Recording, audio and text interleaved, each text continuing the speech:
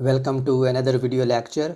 और मुझे याद है कि लास्ट वीडियो में मैंने आपसे प्रॉमिस किया था कि ये हमारा मोमेंट ऑफ इनर्शिया के रिलेटेड लास्ट वीडियो होगी। लेकिन अभी आप देख रहे हैं कि शायद मैं फिर मोमेंट ऑफ इनर्शिया को निकाल के बैठा हूँ, और उसकी रीज़न ये है कि जब मैं वीडियो रिकॉर्ड करने के बाद सुन रहा था तो मैंने आपसे प्रॉमिस किया था कि मैं परपेंडिकुलर एक्सिस थ्योरम को यूज़ करते हुए इस रेक्टेंगुलर प्लेट का मोमेंट ऑफ इनर्शिया कैलकुलेट करूँगा, क्योंकि लास्ट वीडियो में मैंने परपेंडिकुलर एक्सिस थ्योरम को प्रूव करवाया था। और वो प्रूव करवाते हुए मैंने ये कहा था कि मैं इस प्लेट का मोमेंट ऑफ इनर्शिया इस परपेंडिकुलर एक्सिस थ्योरम को यूज़ करते हुए प्रूव करूँगा। ये प्रूव करूँगा इसलिए कह रहा हूँ क्योंकि हम इसका मोमेंट ऑफ इनर्शिया पहले फाइंड कर चुके हैं, but that was with the application of differential parallel axis theorem, जो कि काफ़ी डिफ़िकल्ट और मे बी नॉन इंट्यूटिव भी लगा हो आपको। दूसरी इसकी वजह ये है कि ये मुसलसल गालबन चौथी वीडियो है मोमेंट ऑफ इनर्शियाज के ऊपर मुख्तलिफ ऑब्जेक्ट्स के कि कैसे हम इनको कैलकुलेट करते हैं। And this should also give you some idea कि कितना इम्पोर्टेंट टॉपिक है ये। Like I have literally spent 4 hours that's a lot of time in teaching. So I have spent 4 hours on calculating moment of inertia of different objects. और this should give you some idea कि अगर मैं इतना time सिर्फ समझाने में और पढ़ाने में लगा रहा हूँ तो कितना इम्पोर्टेंट है ये टॉपिक। तो आज का हमारा प्लान ये है कि मैं सबसे पहले ये रेक्टेंगुलर प्लेट का मोमेंट ऑफ इनर्शिया कैलकुलेट करूँगा, और उसके बाद मैं दो ऑब्जेक्ट्स के और मोमेंट ऑफ इनर्शियाज कैलकुलेट करूँगा, और वो ऑब्जेक्ट्स बहुत इम्पोर्टेंट हैं। और उससे भी इम्पोर्टेंट चीज़ ये है कि उनके लिए जो फार्मूला मैं यूज़ करना चाहता हूँ, जिस फार्मूला को यूज़ करके मैं उनके मोमेंट ऑफ इनर्शियाज को कैलकुलेट करना चाहता हूँ, वो ये वाला फार्मूला है जो मैंने कहा था कि this is the most general form for calculating moment of inertia of any solid object. और वो दो ऑब्जेक्ट्स जो हैं, वो पहला डिस्क है, सर्कुलर डिस्क है, और जो दूसरा है वो सॉलिड सफ़ेयर है। अब आपको याद होगा कि सॉलिड सफ़ेयर का मोमेंट ऑफ इनर्शिया मैंने लास्ट वीडियो में भी कैलकुलेट किया था, but again that was by using perpendicular axis theorem which made it's calculation way much easier. But generally जो जनरल रूल है वो ये है कि आपको इस फार्मूला को इस्तेमाल करते हुए मोमेंट ऑफ इनर्शिया को कैलकुलेट करना आना चाहिए हर ऑब्जेक्ट का, because this is the most general formula. और ये हमेशा ही आपको सही रिजल्ट देगा, even in situations where you may not be able to use parallel axis theorem और perpendicular axis theorem, but this formula, this general form should always give you the right results. और इसलिए because of its importance I wanted to calculate the moment of inertia of the same solid sphere which we did in the last video lecture again in this video lecture. So let's start। और of course इन तीन objects के moment of inertias calculate करने के बाद and पे फिर मैं of course एक टॉपिक और भी पढ़ाऊंगा थ्योरी का, which would be a quick small topic, but it's very again important. It's related to torque due to gravity, कि ग्रेविटी की फोर्स की वजह से या ग्रेविटेशनल फोर्स की वजह से हमारे पास जो टॉर्क प्रोड्यूस होता है, how do we calculate it और how do we look at it. But first of all let's calculate moment of inertia for this rectangular plate using perpendicular axis theorem. और परपेंडिकुलर एक्सिस थ्योरम जो है ये अब आपको last lecture से याद होगा, ये हमें ये कहता है कि अगर हमारे पास तीन कोऑर्डिनेट सिस्टम हैं जो एक दूसरे के परपेंडिकुलर हैं, तो उनके मोमेंट ऑफ इनर्शियाज को आप इस तरह लिख सकते हैं कि उस ऑब्जेक्ट का moment of inertia around z axis ये इक्वल होता है उसी ऑब्जेक्ट के मोमेंट ऑफ इनर्शिया के around x axis and around y axis, which is the sum of both these axis. अब मैं ये कह रहा हूँ कि ये तीनों एक्सिस जो हैं ये परपेंडिकुलर होने चाहिए। मैंने 4 शराइत आपको गिनवाई थी, which honestly may be I don't remember at this time, but the most important one I do remember, and that was कि ये तीनों जो मोमेंट ऑफ इनर्शियाज हैं, ऑफ कोर्स ये एक्स वाई और जेड एक्सिस के अलॉन्ग हैं जो सबस्क्रिप्ट्स यहाँ पे रिप्रेजेंट कर रहे हैं इनके। और ये तीनों जो मोमेंट ऑफ इनर्शियाज हैं इनकी कैलकुलेशन में जो हमारे पास एक्सेस हैं, फॉर एग्जांपल ये moment of inertia I Z जो है ये जेड एक्सिस के अराउंड कैलकुलेट किया गया है। तो ये तीनों कोऑर्डिनेट्स या एक्सेस जो हैं ये एक ही पॉइंट से क्रॉस करने चाहिए। तो अगर मैं moment of inertia of this rectangular plate around z axes calculate करना चाहता हूँ, तो इसका मतलब ये है कि ये जेड एक्सेस इस डायग्राम में जिस पॉइंट से गुजर रहा है, एक्स और वाई एक्सेस भी उसी पॉइंट से गुजरने चाहिए, which means the origin are their point of intersection, they should have a common point of intersection. और इस सिनेरियो में प्लेट के इस सिनेरियो अगेन मैं इसलिए कह रहा हूँ because this is the case in which the Z axis is passing through centre of mass और through geometric centre of this plate, right. तो इस सिनेरियो में ये तीनों एक्सिस एक ही पॉइंट से पास होते हैं and we can rightly use perpendicular axis theorem. अगर हमारा जेड एक्सिस, अगर हम मोमेंट ऑफ इनर्शिया इस कॉर्नर के अराउंड कैलकुलेट कर रहे होते तो उस सिनेरियो में मे बी एक्स और वाई एक्सिस और जेड एक्सिस ये एक ही पॉइंट से ना पास होते और we would not be able to use perpendicular axis theorem. So it's very important कि आप जब इस थ्योरम को यूज कर रहे हैं तो you should know all about the conditions under which we can use this theorem. So we want to calculate moment of inertia of this rectangular plate which we have calculated already। और इसकी ये ix plus iy जो है ये simply अगर आपको याद हो तो ये सिर्फ हमें ये बताते थे कि अगर हमारे पास ये डिस्टेंस है फ्रॉम दिस पैच, अगर हम ये वाला एक पैच कंसीडर करें, late me actually try and change the colour कि ये थोड़ा विजिबल हो जाए। Let's go with this one, I hope this should be visible. So and it's dark but okay, it's a little bit visible। let me actually go with this blue one। तो अगर आप इस patch को देखें तो ये वो patch है जो किसी डिस्टेंस r पे मौजूद है from centre or this origin of this coordinate system, ठीक है। तो अगर ये किसी डिस्टेंस r पे मौजूद है तो इसका मतलब है ये y डिस्टेंस y एक्सेस की तरफ है और x डिस्टेंस x एक्सेस की तरफ है, विच सिंपली मीन्स कि हम ये जो आई जेड था ना जो जनरली ये फॉर्म होनी थी, इसको हम लिख सकते हैं equals I x plus I y, which simply means कि ये जो आई एक्स और आई वाई थे हमारे पास, ऑफ कोर्स इसको हमने लिखा था परपेंडिकुलर एक्सिस थ्योरम को, ये इक्वल होते हैं x squared d m plus integral y squared d m. और अब आपको पता है कि जो मोस्ट इम्पोर्टेंट थिंग है इसमें वो ये है कि हम डी एम को कैसे कैलकुलेट करते हैं। हम डी एम को कोऑर्डिनेट्स की फॉर्म में लिखते हैं, एक्स या वाई की फॉर्म में, और फिर इवेंचुअली वहाँ से हम इंटीग्रेशन के जरिए मोमेंट ऑफ इनर्शिया कैलकुलेट कर लेते हैं। So let's look at the form of d m. और हमें पता है कि हमारी जो प्लेट है ये 2 डायमेंशनल ऑब्जेक्ट है।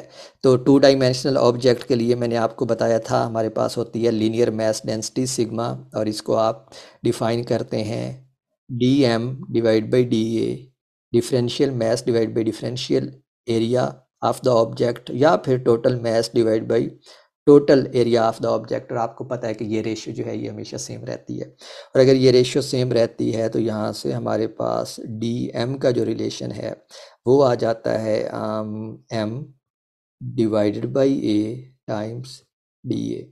अब ये रेक्टेंगुलर प्लेट है जिसकी लेंथ और विड्थ मैंने यहाँ पे दिखाई हुई है, इसकी विड्थ जो है वो बी है, इसकी लेंथ ए है, तो इसका एरिया सिंपली ए बी होगा। तो टोटल एरिया ए बी है, लेकिन जो डिफरेंशियल एरिया है, क्योंकि ये रेक्टेंगुलर ऑब्जेक्ट है तो वो जो डिफरेंशियल एरिया है वो भी ऑफ कोर्स उसका क्या बनेगा डी एक्स और डी वाई, यानी जो डिफरेंशियल लेंथ्स हैं हमारे पास इन इस स्मॉल पैच की जो मैंने यहाँ पे दिखाया है उनकी डिफरेंशियल लेंथ का सम बनेगा। तो ये हमारे पास फाइनली जो डी एम की फॉर्म आ जाएगी यहाँ से डी एम इक्वल्स ये mass divide by total area a times b है, और डिफरेंशियल एरिया हमारे पास क्या बन जाएगा डी एक्स डी वाई, क्योंकि जो differential lengths along x axes और अलॉन्ग वाई एक्सेस हैं वो एक्स और वाई हैं। और यहाँ से फिर अब हमको इस फार्मूला को हम वापस सब्स्टिट्यूट करते हैं वैल्यूज इस फार्मूला में, तो हमारे पास जो moment of inertia around z axes है वो इक्वल आ जाएगा आई एक्स जो कि इंटीग्रल है एक्स स्क्वेयर्ड, और डी एम है और डी एम को हमने लिखा है ये किसके इक्वल होता है M divide by A b d x d y, और सिमिलरली आई वाई जो है वो बन जाएगा y squared capital M divide by A b d x d y. और अब आप देख रहे हैं कि जो इंटीग्रेशन है वो डी एक्स और डी वाई के ऊपर है, विच मीन्स कि ये जो मैंने एक इंटीग्रल यहाँ पे दिखाया है it's actually a double integral. So they are actually 2 integrals, one on x one on y. और अगर आपको ये कंफ्यूज करते हैं तो आप इनको ऐसे लिख सकते हैं। Okay let me see what my pen is doing, so आप चाहें तो इनको यूं भी लिख सकते हैं। अब ये एक्सप्लिसिट हो गया कि दो इंटीग्रल हैं, एक एक्स के ऊपर एक वाई के ऊपर। अब कुछ चीज़ें इनमें से कांस्टेंट हैं और वो है capital M divide by A b, दोनों टर्म्स में से कांस्टेंट हैं, यानी दोनों इंटीग्रल्स में ये कांस्टेंट है। तो इसको अगर हम बाहर ले लें तो ये बनेगा m divided by A b, और अब मैं यहाँ पे ब्रैकेट लगाता हूँ because m divide by A b दोनों इंटीग्रल्स के अंदर से कॉमन आए हैं, तो इसका मतलब है कि ये दोनों के साथ मल्टीप्लाई होंगे at the end of our calculation.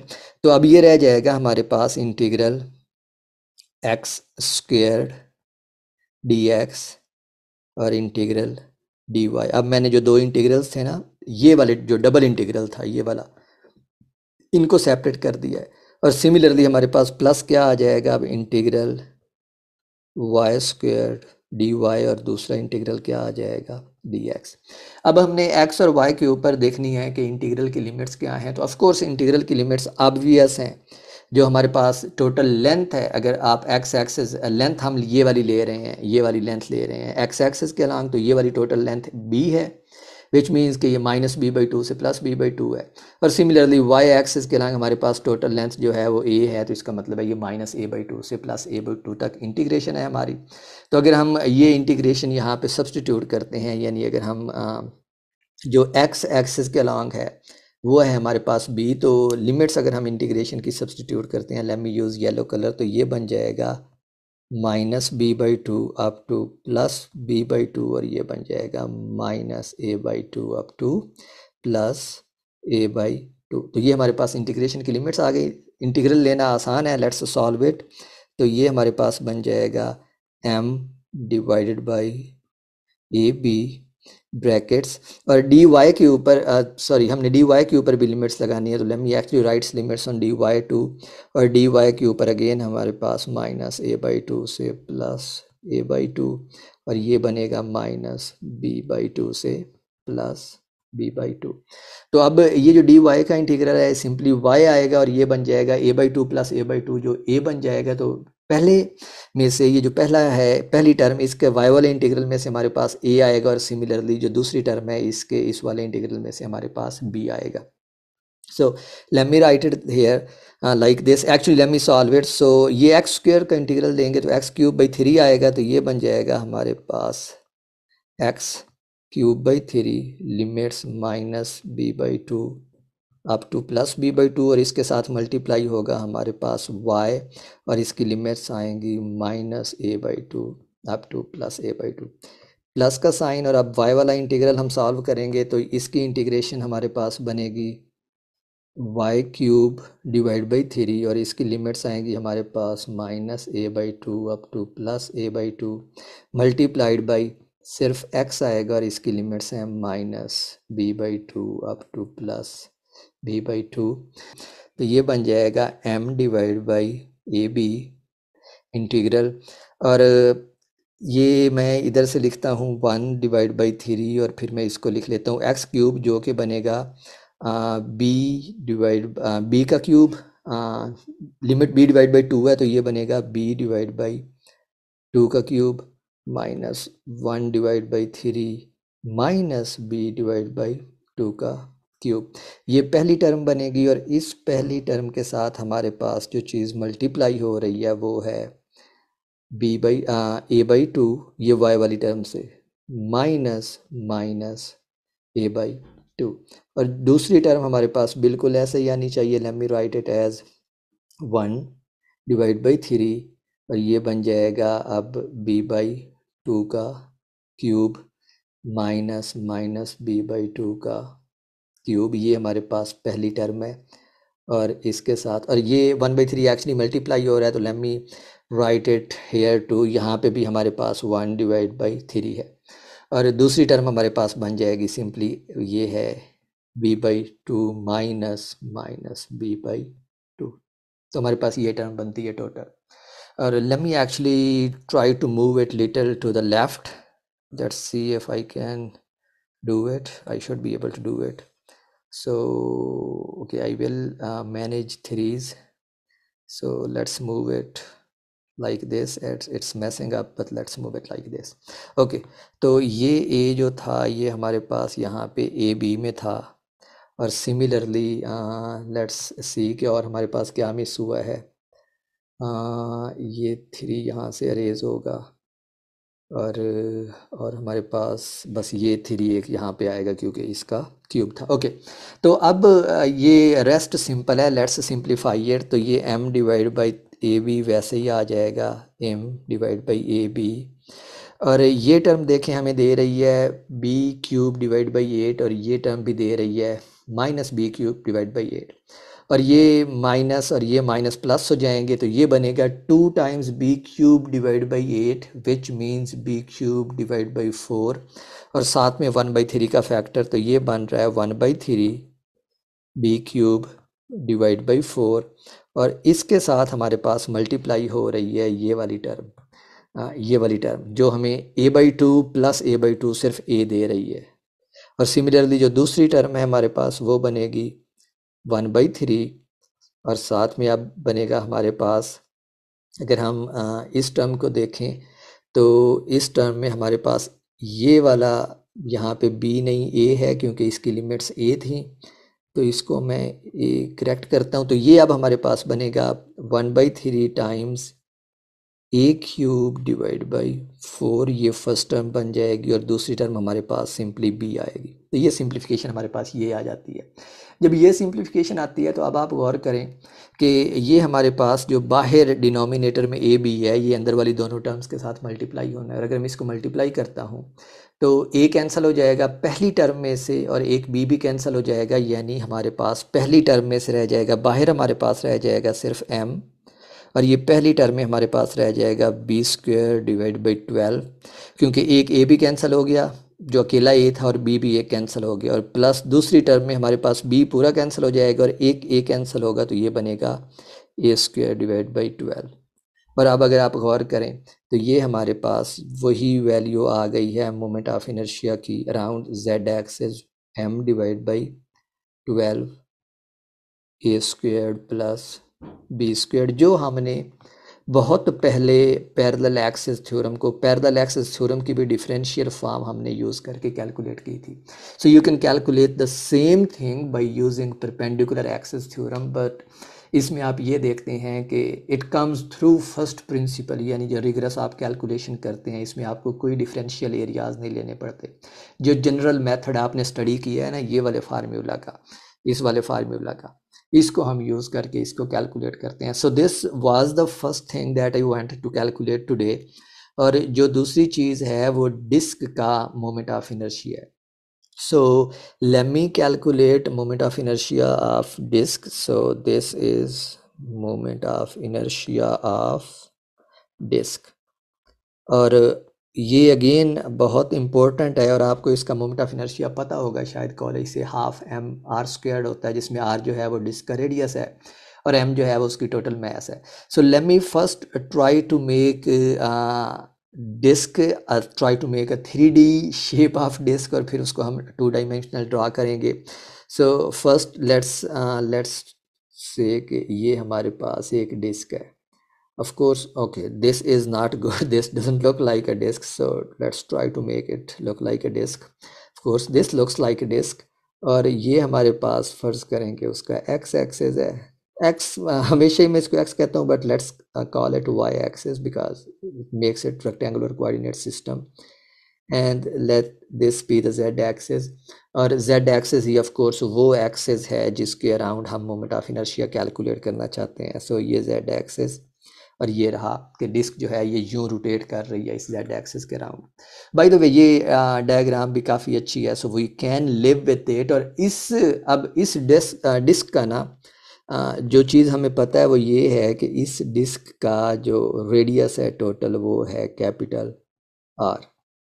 तो अगर कैपिटल आर इसका रेडियस है तो हमने इसका मोमेंट ऑफ इनर्शिया कैलकुलेट करना है, तो अगेन हमें इसका कोई समाल, अच्छा मैंने आपको रिंग का मोमेंट ऑफ इनर्शिया कैलकुलेट करवाया था। ऑनेस्टली आई डोंट रिमेंबर कि मैंने कैलकुलेट करवाया था या नहीं, but ring is just it's Okay, I'm not sure, but it should look like hoop, जो hoop का मैंने आपको कैलकुलेट करवाया था। तो आप यूं कंसिडर कर सकते हैं कि चूंकि ये सॉलिड डिस्क है, यानी ये इधर अंदर से फिल्ड है, तो आप इसको यूं कंसिडर कर सकते हैं कि ये रिंग्स से मिलके बनी हुई है, और हर रिंग का जो रेडियस है वो उसके अंदर जो रिंग मौजूद है उससे थोड़ा ज़्यादा है। सो इन इन दिस सिनेरियो हम इसको ऐसे शो कर सकते हैं कि अगर ये रिंग्स से मिलके बनी है, तो क्यों ना हम ये कंसिडर करें, let me increase the size, let's make it 4, ताकि हमारा रिंग जो है वो थोड़ा थिकर नज़र आए। तो हम एक रिंग जो है वो यूं दिखा सकते हैं। Okay, this is again not a ring, probably my software messes up with ellipse and that shape whatever that was। okay, तो अब हम इसको, this is not precisely straight what I wanted, so let me draw it one more time। तो ये एक आप इसके अंदर रिंग ड्रा करें। Okay, this does look like ring, and let me actually make it a little bit thicker, let me try to increase its size, ताकि ये थोड़ा सा रिंग की तरह लगने लग जाए। तो okay, this is till this point good, and let me see it's style, and let me see if I can increase the thickness। okay, I can increase the thickness and now it looks better। so this is one ring, ठीक है, और इस तरह के rings से मिलके ये disc बनी हुई है। तो इसका मतलब है कि जो रिंग इस ये जो whatever colour it is, ये इसके जो रिंग इसके बाहर होगा उसका रेडियस ऑफ कोर्स इस रिंग से ज़्यादा होगा। So what we are going to do कि हम इस स्मॉल रिंग को लेके फिर रेडियस के ऊपर इंटीग्रेट कर देंगे from r equal 0 to some maximum value जो यहाँ पे हमने डिफाइन कर ली है, जो हमारे पास ये कैपिटल R है। सही है। तो अगेन जो चीज़ यहाँ पे माइंड में रखने की है कि वो ये है कि ये भी 2 डायमेंशनल ऑब्जेक्ट है, और अगर 2 डायमेंशनल ऑब्जेक्ट है और हम इसके मोमेंट ऑफ इनर्शिया के लिए ये वाला फार्मूला यूज़ करना चाहते हैं, I equals integral r squared d m, तो हमें जो चीज़ रिक्वायर्ड है, जो मैस डेंसिटी रिक्वायर्ड है, वो अगेन सरफेस मैस डेंसिटी होगी, बिल्कुल जैसे ये ऊपर प्लेट वाले प्रॉब्लम में हमने किया है। तो डीएम हमारे पास सरफेस मैस डेंसिटी से होगी। और अब अगर हमने ये रिंग डिफाइन किया, let me actually increase the size of this diagram because I am gonna edit it. Okay, let's say कि let's actually do this. Okay, तो अब ये इतनी बड़ी हो गई है कि मैं इसके साथ छेड़खानी कर सकता हूँ। तो इस डायग्राम में अब हम यूँ करते हैं कि हम यहाँ पे डिफाइन करते हैं radius vector. Late me use this colour, which colour should I use, let's go with this colour. तो फ़र्ज़ करें कि ये हमारा एक वेक्टर है या डिस्टेंस है, आप यूँ कह लें, जो ओरिजिन से जाता है इस रिंग तक, ठीक है, और इसका फासला जो है रिंग तक का वो r है। Of course which simply means कि ये हमारे पास रिंग का रेडियस है। सही है। तो अगर कोई रिंग इस रिंग के अंदर होता तो उसका रेडियस इस r से कम होता, अगर कोई रिंग इस रिंग के बाहर होता तो उसका रेडियस इस r से ज़्यादा होता। कहने का मतलब ये है कि हमारे पास r जो है वो कंटिन्यूसली चेंज हो रहा है, और अगर r कंटिन्यूसली चेंज हो रहा है तो आप जानते हैं कि अब हमारे पास जो इंटीग्रेशन होगी वो r के ऊपर होगी। So that's that. तो इसका मतलब है कि अब हम dm कैलकुलेट कर सकते हैं सरफेस मैस डेंसिटी से, और सरफेस मैस डेंसिटी हमने अभी देखी है ऊपर वाले प्रॉब्लम में। ये क्या होती है, sigma equals total mass divide by total area, या फिर इसी चीज़ को आप लिख सकते हैं differential mass divide by differential area. और यहाँ से हमारे पास जो डिफरेंशियल मैस आ जाती है वो इक्वल आ जाती है total mass divide by total area times differential area. और अब ये लेना बिल्कुल आसान है, ये 2 डायमेंशनल सर्कुलर ऑब्जेक्ट है। इसका सिंपली मतलब ये है कि जो एरिया है पूरी इस डिस्क का वो क्या होगा, एक बिल्कुल जैसे एक सर्कुलर डिस्क का एरिया होता है which is pi times total radius square which is pi r square. और उसका डिफरेंशियल एरिया क्या होगा, जो सिंपली हमें रिंग का सरकमफेरेंस देगा, उसका डेरिवेटिव बनेगा एरिया का, जो बनेगा 2 पाई r dr। सही है। तो हमारे पास यहाँ पे डी ए जो था, late me actually right it's value. तो ये जो डी ए है ये हमारे पास है d of pi are square. सही है, जो कि 2 पाई आर डी आर के इक्वल होता है।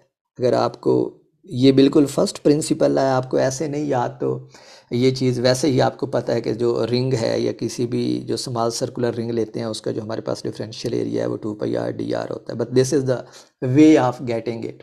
तो हमारे पास यहाँ पे जो डी एम की वैल्यू आ जाती है, D M equals total mass of this disc divide by total area, जो हमारे पास πr² है। अब यहाँ पे आप देख रहे होंगे कि रिलेशन कि ये कैपिटल πr² है बिकॉज पूरी डिस्क का एरिया है, और ये हमारे पास क्या है, स्मॉल πr² है जिसको आप रिंग का एरिया कह लें, बट रिंग का एरिया होता नहीं है तो उसका हम क्या लेते हैं, डिफरेंशियल एरिया लेते हैं, तो वो क्या बनता है उसका सरकमफेरेंस टाइम्स थिकनेस। ठीक है, let me actually quickly draw it here up here, ताकि आपको थोड़ा सा आइडिया मिल जाए कि मैं क्या बात कर रहा हूँ। वैसे ये कॉन्सेप्ट्स आपको पहले से पता होना चाहिए, बट स्टिल तो ये हमारे पास फ़र्ज़ करें कि एक रिंग है which again I have to enhance, let me make it a little bit bigger, okay। so अब मैं इसको थोड़ा सा क्या कर सकता हूँ, अगेन इसका साइज़ भी बड़ा कर सकता हूँ। let me also choose a different color, let's choose this color, okay। let's go back, okay। this is not what I was about, okay। so I can increase the size, okay this is good। अब आप देख रहे हैं इस diagram में कि ये वाला जो मैंने स्मॉल लेंथ एलिमेंट बनाया है रिंग की तरह का 2 डायमेंशनल प्लेन के ऊपर, इसका हमारे पास रेडियस के अलांग कुछ थिकनेस है, तो हम इसका डिफरेंशियल एरिया जो है वो लेते यूँ हैं कि ये जो हमारे पास रिंग है इसका सरकमफेरेंस टाइम्स जो थिकनेस है, और थिकनेस इसकी कितनी है वो आप यूँ देख लें कि अगर ये हमारे पास इसका रेडियस है तो ये जो डिफरेंशियल एरिया है ये क्या है इसका डी आर, सही है। तो इसका अगर आपने एरिया लेना है तो वो क्या बनेगा, इस रिंग का सरकमफेरेंस मल्टीप्लाइड बाय उस थिकनेस, क्योंकि एरिया के लिए आपको 2 डायमेंशनल ऑब्जेक्ट चाहिए, लेकिन रिंग को हम क्या कंसिडर करते हैं कि उसका सिर्फ सरकमफेरेंस होता है जो कि लेंथ है, 1 डायमेंशनल चीज़ है। ठीक है, तो उसको अगर आप उसकी थिकनेस से मल्टीप्लाई कर देंगे तो that will make it 2 dimensional object. ठीक है, तो ये वाला जो रिंग है ये असल में मैंने इस तरीके से इसका ये वाला एरिया लिखा है, but there are many ways to make sense of it. But the point being कि हमारे पास जो डी एम यहाँ से आया है वो अब आ गया है 2πr/dr, और एक दफ़ा आप देख लें कि हमारे पास डी एम आ गया तो हम वैल्यूज सब्सटीट्यूट कर सकते हैं और सिंगल इंटीग्रल ले सकते हैं ओवर रेडियस 0 से कैपिटल आर तक। और यहाँ से अगर आप देखें तो हमारे पास एक और स्टेप में पाई कैंसिल हो जाता है, तो डी एम बनेगा total mass divide by r squared, capital R squared, और ऊपर बनेगा 2m। तो ये हमारे पास आता है डी एम की वैल्यू। इस डी एम की वैल्यू हम इस इंटीग्रल में सब्सटीट्यूट करते हैं, लेट्स डू इट। तो जब हम ये करेंगे तो हमारे पास जो moment of inertia around z axes आएगा वो बनेगा आर स्क्वेयर्ड, और डी एम की वैल्यू है हमारे पास 2m divide by capital R square d r. और चूँकि इंटीग्रेशन आर के ऊपर है तो ये है हमारे पास इंटीग्रेशन 0 से कैपिटल आर तक, जो इस डिस्क का रेडियस है टोटल जो हमने डिफाइन किया है। तो 2m divide by are square constant हैं तो वो बाहर आ जाएंगे, तो ये रहा 2m divide by are square and integral is over 0 to R. और हमारे पास ये जो आर हैं ये मल्टीप्लाई हो जाएंगे तो ये बनेंगे आर क्यूब डी आर, तो ये बन जाएगा आर क्यूब डी आर, और आर क्यूब का इंटीग्रल r4 डिवाइड बाई 4 होता है, तो ये हमारे पास बन जाएगा 2m डिवाइड बाई आर, और यहाँ पे हमारे पास आएगा r पावर 4 डिवाइड बाई 4, और इंटीग्रेशन जो है वो 0 से कैपिटल R तक है। इसको आप सिंप्लीफाई करें तो ये बनता है 2m divide by capital R square, capital R power 4 divide by 4, और फाइनली यहाँ से जो आई z की वैल्यू आती है ये आती है 1 divide by 2m are square. और ये हमारे पास मोमेंट ऑफ इनर्शिया होता है डिस्क का, और गालबन इस फार्मूला को आपने देखा होगा कॉलेज की फिज़िक्स में, आपने शायद इसको मेमोराइज किया होगा, but this is the way we derive this formula. और ये हमारे पास अब आ गया मोमेंट ऑफ इनर्शिया डिस्क का मोमेंट ऑफ इनर्शिया मैं क्यों कैलकुलेट करना चाहता था, there is a reason behind it, और वो रीज़न ये है कि आप अगर ज़रा एक लम्हे के लिए ये देखें कि मैंने फर्स्ट वीडियो से कैसे स्टार्ट किया था मोमेंट ऑफ इनर्शिया को कैलकुलेट करने वाले के लिए।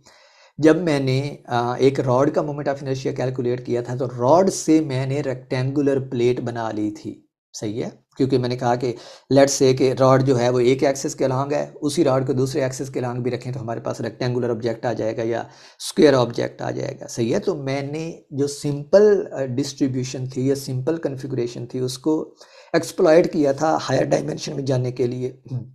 यहाँ भी हम यही करेंगे कि डिस्क का मैंने इसलिए कैलकुलेट किया क्योंकि मैं सॉलिड सफेयर का कैलकुलेट करना चाहता था moment of inertia, which is of course the next thing that I am going to do as I have told you.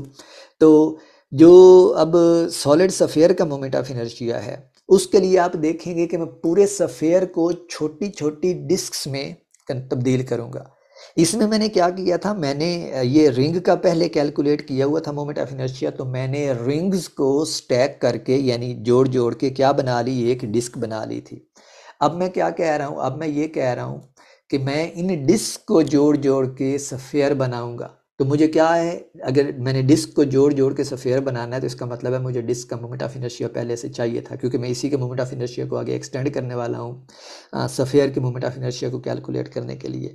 तो ये हमारे पास मोमेंट ऑफ इनर्शिया का ऑफिशियली लास्ट टॉपिक होगा, और ये है हमारे पास moment of inertia of solid sphere, सही है। और इसकी अगर आप डायग्राम देखें, अच्छा एक और चीज़ भी यहाँ से नोट करें जो इससे डिस्क वाले मोमेंट ऑफ इनर्शिया कैलकुलेशन से, और ऑफ कोर्स इट्स इम्पोर्टेंट है जब हम इसको एक्सटेंड करेंगे आगे सफेयर के ऊपर, वो चीज़ ये है कि मैंने जो इंटीग्रेशन है ना वो एक ही वेरिएबल के ऊपर लेके आया हूँ, सही है, आर के ऊपर। इस सिनेरियो में भी जो हम सॉलिड सफेयर का कैलकुलेट कर रहे हैं उसके ऊपर भी हम इंटीग्रेशन एक ही वेरिएबल के ऊपर लेके आएंगे। आप देखेंगे कि वेरिएबल्स एक्चुअली ज़्यादा हैं because that is a 3 dimensional object, लेकिन हम एक वेरिएबल को दूसरे वेरिएबल की फॉर्म में लिखने के काबिल हो जाएंगे, सही है। तो इवेंचुअली जो इंटीग्रेशन हमारे पास आएगी एंड के ऊपर वो एक ही वेरिएबल के ऊपर रहेगी, जो कि ऑफ कोर्स कैलकुलेशन में बहुत आसानी पैदा करती है। So let's calculate this one. और सबसे पहले अगेन इसकी डायग्राम है, और डायग्राम अब अगर इसकी मैं बनाऊं तो let me try to draw a circle here. Let's okay, ये एक सर्कल है, ये बात आपको पता है, ठीक है। ये बात दिखने में लग रही है कि ये एक सर्कल है, बट यू नो कि it's gonna be a sphere, right? It is a 3 dimensional object. Okay, I'm gonna try and make it look like a 3 dimensional object, but before that let me draw x, y and z axis. So this is my y axis, this is my x axis. Let me see if I can do justice with drawing, और ये बनेगा हमारा z axis, ठीक है। और चूंकि object के अंदर सिमेट्री मौजूद है तो इसका मतलब है कि आप जो वैल्यू आई जेड कैलकुलेट करेंगे यानी moment of inertia around z axis जो कैलकुलेट करेंगे, अगर ये हमारा z एक्सिस है तो वही मोमेंट ऑफ इनर्शिया की वैल्यू होगी अगर ऑब्जेक्ट x एक्सिस के अराउंड रिवॉल्व कर रहा होता, और वही वैल्यू होती अगर ऑब्जेक्ट y एक्सिस के अराउंड रिवॉल्व कर रहा होता, रोटेट कर रहा होता, सॉरी रिवॉल्व से शायद कुछ लोगों को उलझन होगी कि सर आपने रिवॉल्व क्यों कहा है। So let's keep it rotate. तो इस सिचुएशन में अब मैंने आपको बताया कि आप इस सफ़ेयर को, जो कि अभी सफ़ेयर नहीं लग रहा, अभी 1 मिनट में लगने लग जाएगा, इस सफ़ेयर को हम डिस्क्स कंसीडर कर सकते हैं, ठीक है। डिस्क्स कैसे कंसीडर कर सकते हैं? अब हमारे पास डिस्क कैसी होती है, ऐसी होती है, ठीक है, लेकिन ये क्या है, अंदर से फील्ड है, ये है हमारे पास एक डिस्क। तो मैं अब इसको डिस्क से शो करने वाला हूँ, and let me try to do that again because it's a very hard job to make 2 dimensional again, see, so it's very hard to what, no please, it's very hard to show 3 dimensional diagram on surface of a 2 dimensional plane. So let's okay, this does, okay, no, I don't want that. let me try one more time. तो अब आपको अंदाज़ा हो गया होगा कि कितना painful ये काम है, but see, but we have to teach. Okay, let me actually draw smaller one here. Seriously, let me try one more time. So let me draw a smaller one here. Why don't I do this? Let me try this one. What's wrong with my ellipses? Seriously, why is this happening? Let me try this one. No. Okay, sorry guys, but I gotta do this. I gotta drive this diagram. Look, it'll see finally some success. Now I can move it around. So, okay, how can I move it around? First, I need to extend it to both corners of the sphere, and once I do that, next thing I can do is like this. Okay, now I can move it little up. Now I can try to, okay, but yeah, it does look like, so this is our disk. और अब आप इसको यूं समझें कि हमारी ये जो डिस्क है ना, ये उप्स मैंने जल्दी कर दी. Let me see if I can still get something out of it. No, I can't. So let me do this. Let me select it. Let me increase its thickness. See, let me change its color. Okay, this is a good color. So this is one disk. और अब आपको अंदाज़ा हो रहा होगा कि ये लग भी रही है एक डिस्क की तरह, और ये अंदर से फील्ड है बिल्कुल जैसे मैंने ऊपर आपको डिस्क के सिनेरियो में एक्सप्लेन किया. और अब अगर ये अंदर से फील्ड है तो इसका मतलब है कि इसकी कुछ ना कुछ थिकनेस है. सही है. और उस थिकनेस को चूंकि ये डिस्क, अब आप यूं देखें कि हमारे पास डिस्क यूं स्टैक हैं. ये एक डिस्क है, इसके ऊपर होगी, उसके ऊपर होगी, उसके ऊपर, फिर ये इसके नीचे भी हैं. तो ये सारी ऐसे डिस्क्स मिल के हमारे पास क्या बना हुआ है, एक सफ़ेयर बना हुआ है, जिसमें से एक डिस्क मैंने दिखाई है. अब हमने डिफ़ाइन करना है कुछ चीज़ें, और सबसे जो पहली चीज़ है वो ये है कि हमारे पास ये वाला जो फासला है इस डिस्क का ओरिजिन से, ये z है, और इस डिस्क की कुछ ना कुछ थिकनेस भी है. मैं उस थिकनेस को यहाँ पे दिखाता हूँ. ये वाली थिकनेस है उसकी. जो थिकनेस आपको ये पिंक कलर की नज़र आ रही है, यही वाली थिकनेस डिस्क की है, और ये dz है. अब डिस्क का हमारे पास कुछ ना कुछ रेडियस भी है, और हम उस रेडियस को भी नाम दे सकते हैं जैसे हमने ऊपर नाम दिया था. और फर्ज करें कि ये हमारे पास डिस्क का रेडियस है, और ये रेडियस हमारे पास कितना है इसका, r. क्यों ये r है? क्योंकि जो टोटल रेडियस है ना सफ़ेयर का, वो ये वाला है जो सफ़ेयर के सेंटर से उसके किनारे तक जाता है, और ये वाला हमारे पास अब सफ़ेयर का रेडियस है जिसको कैपिटल R कहा है. सही है. और अब आप देखें कि अगर ये हमारे पास डिस्टेंस z है, ये वाला, ये डिस्टेंस r है, और ये डिस्टेंस स्मॉल r है, तो हमारे पास एक्चुअली ये राइट एंगल ट्राइंगल बन रही है, जिसमें r जो है वो सामने वाली साइड है. अगर हम इस एंगल को थीटा डिफाइन करें, अगर ये एंगल हमारे पास थीटा हो. सही है. तो ये एंगल हमारे पास थीटा है, तो ये वाली साइड जो है थीटा के सामने वाली साइड है, और आप इसको साइन थीटा की फॉर्म में चाहें तो लिख सकते हैं, चाहें तो चूंकि हमारे पास इस ट्राइंगल की तीनों साइड्स दी हुई हैं तो उस साइड्स की फॉर्म में लिख लें. दोनों तरीके आपके पास हैं. मैं यहाँ पे इसको सिर्फ साइड्स की फॉर्म में लिखने लगा हूँ. तो ये जो r बनेगा, ये मेरे पास बनेगा capital R squared minus z squared whole square root. ये r की लंबाई बनती है, ये आप इस ट्राइंगल से देख सकते हैं. सही है. तो अब अगेन हमारे पास जो चीज़ है वो ये है कि जो फार्मूला हमें बताता है कि आपने किसी भी z एक्सिस के रॉन्ग मोमेंट ऑफ इनर्शिया जो है वो कैसे कैलकुलेट करना है, तो उसका फार्मूला है हमारे पास dm टाइम्स r स्क्वेयर्ड. सही है. और r स्क्वेयर्ड हम देख सकते हैं कि हमने कैलकुलेट कर लिया है. तो हमने लेना है dm, लेकिन ये 3 डायमेंशनल ऑब्जेक्ट है, विच मीन्स कि हमें अब वॉल्यूम मैस डेंसिटी लेनी पड़ेगी. वॉल्यूम मैस डेंसिटी लेने का मतलब ये है कि जिसको आपने रो से रिप्रेजेंट किया था, शायद ये पहले किसी प्रॉब्लम में आए थे, इसलिए मैं कह रहा हूँ कि आपने, विच मीन्स कि आप इससे फेमिलियर हैं. तो ये हमारे पास होती है मैस पर यूनिट वॉल्यूम, या फिर dm divide by dv. Again as a reminder आपको बता दूं कि ये रेशियो जो है capital M divide by capital V या फिर dm और dv की, ये रेशियो सेम रहती है, और उस रेशियो का ही नाम हमारे पास ये है लीनियर वॉल्यूम मैस डेंसिटी यहाँ पे. तो यहाँ से हमारे पास जो dm की वैल्यू आ जाती है इधर से, वो आती है mass divide by volumes time D volume. तो dm की इस वैल्यू में अब आप टोटल वॉल्यूम जो कि हमारे पास सफ़ेयर का वॉल्यूम है ये वाला, इसकी वैल्यू और ये डी वी जो डिस्क का वॉल्यूम है, इसकी वैल्यू सब्सटीट्यूट करके डी एम कैलकुलेट कर सकते हैं। तो यहाँ से हमारे पास जो डी एम आएगा वो बनेगा D M equals total mass of sphere divide by total volume of sphere, जो है 4/3 पाई आर क्यूब। और ये जो डी वी है ये इस डिस्क का वॉल्यूम है। डिस्क का वॉल्यूम क्या होगा? डिस्क का एरिया मल्टीप्लाइड बाई डिस्क की थिकनेस। और जो एरिया है वो हमें पता है, वो हम कैलकुलेट कर चुके हैं, that is pi R squared. और जो थिकनेस है डिस्क की वो हमारे पास है डी जेड, जो मैंने यहाँ पे दिखाई है कि जो डिस्क की थिकनेस है वो डी जेड है। और of course thickness Z axis के नाम, जब हम उसको स्टैक करते जाएंगे बहुत सारी डिस्क को, तो थिकनेस ही मिलके हमारा इवेंचुअल सफेयर बनाएगी। और यहाँ पे देखें कि ये जो आर वाला फैक्टर है, ये वाला, ये यहाँ पे हमने पहले ही कैलकुलेट कर लिया। सो द पॉइंट बीइंग कि हमने इस पूरी डीएम को सिर्फ एक फैक्टर की फॉर्म में लिख लिया है, और वो जेड है जो वेरिएबल है जिसके ऊपर इंटीग्रेशन हो रही है।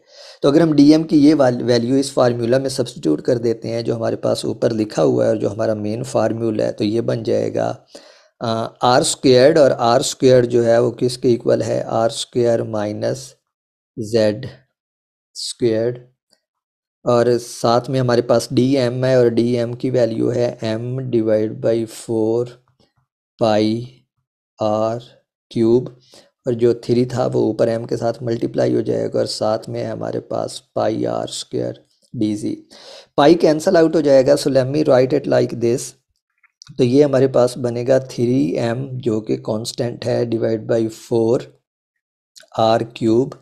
ये सारी कांस्टेंट टर्म्स बाहर आ जाएंगी और इंटीग्रेशन हमारे पास रह जाएगी R squared minus Z squared into एक और आर स्क्वेयर्ड है, जो अगेन हमारे पास क्या बनेगा? Are squared minus Z squared D जी।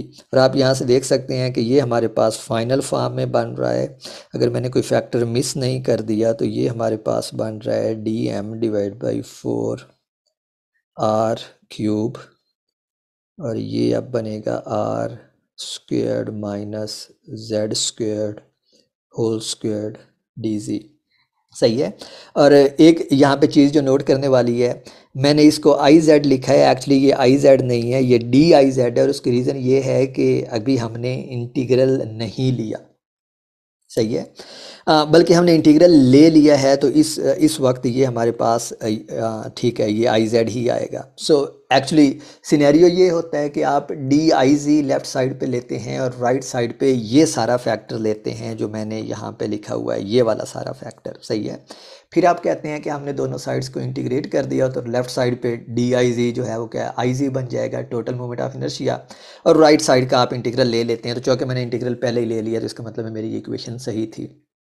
अब जो एक चीज़ नोट करने की है वो ये है कि हमारी जो इंटीग्रेशन आ रही है वो z के ऊपर आ रही है, और हम जो इंटीग्रेट कर रहे हैं अपनी इस डिस्क को इंटीग्रेट कर रहे हैं। ठीक है। और डिस्क का जो ये डी आई जी की मैं चीज़ बता रहा था वो ये है कि डिस्क का हमने मोमेंट ऑफ इनर्शिया कैलकुलेट किया है, वो क्या है? ये वाला है आई जेड। ठीक है। इसको जब हम डिफरेंशियल बनाएंगे, यानी डिस्क के ऊपर ही इंटीग्रेट करना शुरू कर देंगे, तो ये फार्मूला जो है ये कुछ इस तरह फॉर्म ले लेगा। ये डी आई जी की जो मैं बात कर रहा था वो इधर से आता है। तो ये फार्मूला हमारे पास आएगा 1 डिवाइड बाई 2, आर जो है वो स्मॉल आर हो जाएगा अब, आर स्क्वेयर डी एम। ठीक है। तो यहाँ पे हमारे पास ये एक फैक्टर 1/2 का भी आना चाहिए, क्योंकि हम डिस्क को अब अरेंज करके क्या बना रहे हैं? सफ़ेयर बना रहे हैं। तो पॉइंट जो मैं बताना चाह रहा हूँ वो ये है कि हमारे पास इस इंटीग्रल में एक फैक्टर 1/2 का भी आएगा एक्स्ट्रा, तो ये रहा 1/2। ठीक है। अब हमने इसको इंटीग्रेट करना है, जो कि एक सिंपल सा टास्क होना चाहिए, और ये हमारे पास बनेगा 3m divide by 8 R cube. और इंटीग्रल है स्क्वायर का, तो इसको हम इंटीग्रल वैसे ही लिखते हैं। ये क्या होगा? 0 से टोटल जेड एक्सिस के लॉन्ग जो उसकी लेंथ है, और जेड एक्सिस के लॉन्ग जो उसकी लेंथ है, वो अगर आप गौर करें तो जेड एक्सिस हमारा कैसे शुरू हो रहा है? इस पॉइंट से शुरू हो रहा है, क्योंकि ये सारा जेड एक्सिस है, तो इस पॉइंट से शुरू हो रहा है और इस पॉइंट तक जा रहा है। अगर आप जेड एक्सिस का फासला लेते हैं इस ओरिजिन से इस पॉइंट तक, तो ये नेगेटिव जेड एक्सिस की तरफ है, तो -r, और फिर ऊपर लेंगे पॉजिटिव जेड एक्सिस की तरफ, तो ये +r। तो जो हमारी इंटीग्रेशन है उसकी लिमिट्स जो आएंगी वो क्या बनेगी, -r से +r, और अंदर आप स्क्वायर को ओपन कर दें तो ये बनेगा r² + z² -2rz, और ये आ जाएगा dz। तो अब आपने इसके ऊपर इसको इंटीग्रेट करना है। मैं इसकी एक्सप्लिसिट इंटीग्रेशन नहीं करूँगा, आपको बता देता हूँ। r² कांस्टेंट है तो r² dz की इंटीग्रेशन सिर्फ dz आएगी। तो हमारे पास जो पहली टर्म बनेगी, सो ये है हमारे पास 3m / 8 r³, और पहली टर्म हमारे पास बनेगी r² z, बल्कि मैं इंटीग्रेट कर ही रहा हूँ, तो ये हमारे पास बनेगा z की इंटीग्रल है -r से +r। जो दूसरी टर्म है वो है हमारे पास z³ / 3 -r से +r, और जो तीसरी टर्म है वो बनेगा 2r टाइम्स z² / 2 -r से +r। तो ये हमारे पास इंटीग्रेशन आती है। आप लिमिट्स पुट करें, सारे z जो हैं वो r में कन्वर्ट हो जाएंगे, और ये हमारे पास रिजल्ट आता है 3m / 8 r³, और ये जो अंदर वाली सारी टर्म्स हैं ये हमारे पास सिंप्लीफाई होके आती हैं 16r⁵ / 15। ये हमारे पास टोटल रिजल्ट आता है इन सारी टर्म्स का, ये जो 3 टर्म्स यहाँ पे मैंने लिखी हैं। अब आप यहाँ पे देखें कि r³ कैंसिल हो रहा है, 8 भी 16 के साथ कैंसिल हो रहा है, और 3 15 के साथ कैंसिल हो रहा है। तो इन शॉर्ट हमारे पास जो रिज़ल्ट आता है यहाँ से iz का, वो आता है 2 / 5m r², और ये हमारे पास सॉलिड स्फीयर का मोमेंट ऑफ इनर्शिया होता है, जो हमने लास्ट वीडियो में भी कैलकुलेट किया था। And this is very important, और मैं इसीलिए आपको इस तरीके से इसको कैलकुलेट करवाना चाहता था, because this is the most generalised way, और आप इसको बहुत सारी फॉर्म्स में शायद दूसरे सब्जेक्ट्स में भी देखेंगे, not moment of inertia but in general. ये मेथड जो है कि जब आप किसी भी मिसाल के तौर पे आप इसको इलेक्ट्रोडाइनामिक्स में देखेंगे कि आप फोर्स कैलकुलेट करेंगे या ऐसी कोई भी चीज़, इलेक्ट्रिक फील्ड कैलकुलेट करेंगे किसी सॉलिड स्फीयर की वजह से जिसके ऊपर चार्ज जो है वो यूनिफॉर्मली डिस्ट्रीब्यूटेड है, तो उसमें भी आप यही मेथड इस्तेमाल करेंगे कि आप कहेंगे कि हमारा जो स्फीयर है वो छोटी छोटी डिस्क से मिलकर बना हुआ है, हर डिस्क का एरिया जो है वो πr² है, और उसकी जो थिकनेस है वो dz है।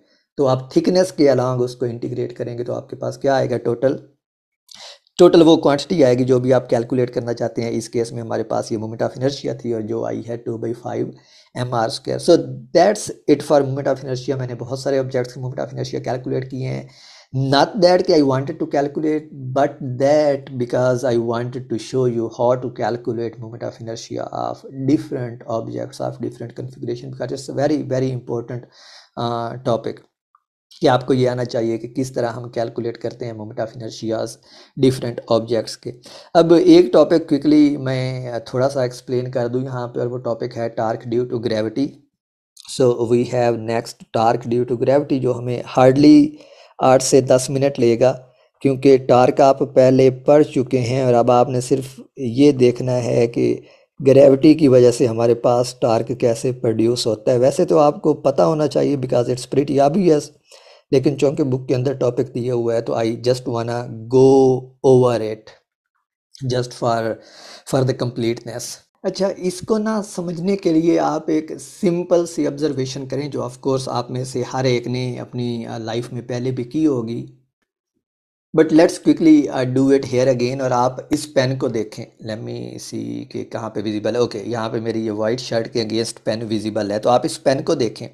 और आपने ये एक्सपीरियंस ऑफ कोर्स अपने पेन के साथ भी किया होगा कि अगर आप इस राइट हैंड साइड को छोड़ देते हैं, और ये जो लेफ्ट हैंड साइड है जहाँ पे आपकी फिंगर्स ने इसको पकड़ा हुआ है, आप इसको थोड़ा सा अगर ढीला करें तो जो पेन है ये नीचे की तरफ गिरता है। This is a very common observation, और आप हर रोज़ कर रहे होते हैं। सो क्वेश्चन ये है कि ऐसा क्यों होता है, ठीक है। तो let me quickly try to make its diagram. तो जो हमारे पास सिचुएशन थी वो इस तरह थी कि हमारे पास फ़र्ज़ करें कि ये एक पेन है, सही है। लेट्स से कि this is pen, let me try to make it look like a pen. So this is our pen, और अगर ये इस पॉइंट से आपने इसको पकड़ा हुआ है, so let's call this point axis of rotation, जहाँ पे ये आपकी फिंगर्स के दरमियान में मूव कर सकता है। सही है। So this is our axis, axis of rotation. तो हमारी ये कॉमन ऑब्जर्वेशन है कि अगर हम पेन को छोड़ते हैं तो वो नीचे की तरफ गिरता है। ऐसा क्यों होता है? ठीक है, क्वेश्चन ये है। और ऐसा बिल्कुल ऑब्वियस आंसर है, ऑफ कोर्स आप टार्क को पहले पढ़ के आए हैं, और इसका जवाब यही है कि जो अर्थ की ग्रेविटेशनल फोर्स है वो इस पेन के ऊपर फोर्स लगाती है, और पेन जो है चूंकि वो एक किनारे से जुड़ा हुआ है, ठीक है, तो वो फोर्स उसको नीचे खींचती है। तो इंस्टेड ऑफ फॉलिंग डाउन, क्योंकि आपने हाथ में उसको पकड़ा हुआ है, ये पेन जो है उस पॉइंट के अराउंड जिधर से आपने उसको पकड़ा हुआ है ये रोटेट करना शुरू कर देता है। सो इट इसके अंदर क्या चीज़ प्रोड्यूस होती है? टार्क प्रोड्यूस होता है। और इस टार्क को आप कहते हैं टार्क ड्यू टू ग्रेविटी, और ये मैं लिख रहा हूँ टार्क का जनरल फार्मूला। ठीक है, और ये रहा force of gravity, and this is the most general form of torque, R cross product with force जो भी उस पॉइंट के ऊपर लग रही होती है, जो किसी आर फासले के ऊपर होता है एक्सिस ऑफ रोटेशन से। अच्छा, अब आपको ये भी पता है कि ये जो पेन है, या यहाँ पे जो मैंने पेन दिखाया है यहाँ पे ये वाला, ये लाखों अरबों पार्टिकल से मिलके बना होता है, और हर पार्टिकल की वजह से टार्क कैलकुलेट करना तकरीबन नामुमकिन टास्क बन जाता है। ठीक है, लेकिन इस प्रॉब्लम को सिंप्लीफाई किया जा सकता है। अच्छा, इस पॉइंट के ऊपर गौर करें, because these are the limitations of physical problems, और इस तरह के आर्गूमेंट्स में पहले भी देता रहा हूँ, and these are the things which makes you think like scientist, कि साइंस या साइंसदान जो है ये कैसे, साइंसदान कैसे साइंस को सोचते हैं और ये कैसे चीज़ें वर्क करती हैं। ठीक है, तो हम अगेन अप्रॉक्सीमेशन लगा रहे हैं विच वर्क्स परफेक्टली वेल, और आप देखेंगे कि कैसे ये परफेक्टली वेल जो है काम करती है, क्योंकि इसमें जो एरर का मार्जिन होता है, हम gonna talk about that turns out to be so small कि हम उसको इग्नोर कर सकते हैं। So the difficulty in calculating torque is that कि ये जो पेन है, ये जो भी आप ऑब्जेक्ट ले रहे हैं, ये अरब करोड़ों अरबों पार्टिकल्स से मिलके बना होता है, और हर पार्टिकल के लिए टार्क को कैलकुलेट करना बहुत मुश्किल हो जाता है। सही है, लेकिन हम इसको कैलकुलेट कर सकते हैं अगर हमारी ये जो फोर्स है ना, ये वाली जो फोर्स है जिसकी वजह से ये टार्क प्रोड्यूस हो रहा है, अगर ये दो प्रॉपर्टीज सेटिस्फाई करती हो। पहली प्रॉपर्टी जो है वो ये है कि ये एफ जी जो है, अगर ये इक्वल आ जाए ऑब्जेक्ट के वेट के, ठीक है, ऑफ कोर्स पेन का कुछ ना कुछ वेट तो होगा ना। तो पहली शर्त ये है कि हम इस फार्मूला को सिंप्लीफाई करके, यानी ये जनरल फार्मूला यूज़ कर सकते हैं टार्क के लिए, अगर जो फोर्स है due to this earth gravitational property, यानी जो अर्थ की ग्रेविटेशनल फोर्स है, अगर ये ऑब्जेक्ट के वेट के बराबर आ जाए, पहली। और दूसरी कंडीशन ये है कि अगर ये फोर्स जो है ये एक्ट करती है, it acts on centre of gravity. So let me write it completely. तो अगर ये एक्ट करती है सेंटर ऑफ ग्रेविटी के ऊपर, ठीक है, तो सेंटर ऑफ ग्रेविटी को हम देखते हैं, आपने सेंटर ऑफ मास पहले पढ़ा हुआ है कि ये कोई ऐसा पॉइंट होता है ऑब्जेक्ट के अंदर या उसके बाहर, जहाँ पे शायद ऑब्जेक्ट के अंदर, जहाँ पे उसकी पूरी की पूरी जो मैस है वो लाई करती है, जिसको आप यूँ भी डिफाइन कर सकते हैं कि ये ऐसा पॉइंट है ऑब्जेक्ट के अंदर जिसके ऊपर अगर कोई फोर्स लगती है तो ऑब्जेक्ट जो है वो सिर्फ ट्रांसलेशनल मोशन में मूव करता है, रोटेशन नहीं प्रोड्यूस होती उसमें। And similarly we also have another point centre of gravity, और हमने ये कहा है कि ये जो टार्क है ये कैलकुलेट करना बहुत मुश्किल है for each particle, because her object जो है वो अरबों पार्टिकल से मिलकर बना होता है, अरबों से भी ज़्यादा। अरब भी एक ऑफ कोर्स एक जनरस लफ्ज़ है इस सिनेरियो में, बिकॉज जब पार्टिकल्स की बात करते हैं तो बहुत स्मॉल होते हैं। लेकिन हम इस टार्क को कैलकुलेट कर सकते हैं अगर हमारी ये जो फोर्स जिसकी वजह से टार्क प्रोड्यूस हो रहा है, ये दो प्रॉपर्टीज सेटिस्फाई करती हो। और वो प्रॉपर्टीज़ ये हैं, पहली कि जो फोर्स है वो ऑब्जेक्ट के वेट के बराबर हो, और दूसरी कि वो फोर्स जो है वो ऑब्जेक्ट के सेंटर ऑफ ग्रेविटी के ऊपर लग रही हो। So let's try to amend this diagram, के फ़र्ज़ करें ये वो पॉइंट है जिसको हमने सेंटर ऑफ ग्रेविटी कहा है। तो जो फोर्स है उसको आप यूँ दिखा सकते हैं कि ये वेट के इक्वल है और इस पॉइंट के ऊपर लग रही है। तो इस सिनेरियो में ये वाला जो फासला है ये हमारे पास आर बनेगा। ठीक है, तो ये हमारे पास आर है, और ये वाला पॉइंट जो है इसको आप कह सकते हैं सेंटर ऑफ ग्रेविटी, सी जी। सही है।